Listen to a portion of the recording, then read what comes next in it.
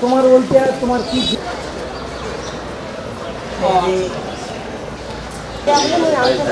রংপুরে দিবা না তাহলে রংপুরে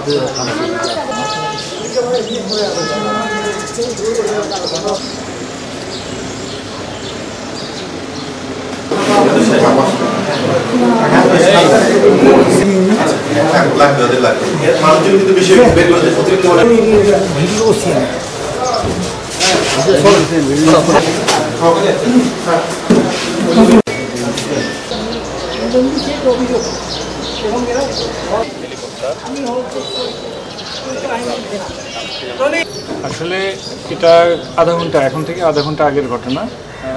৬-৭ জন একসাথে ভিতরে প্রবেশ করে জোর করে ভোট দেওয়ার চেষ্টা করে, কিছু জাল ভোট তারা দিয়েও ফেলে।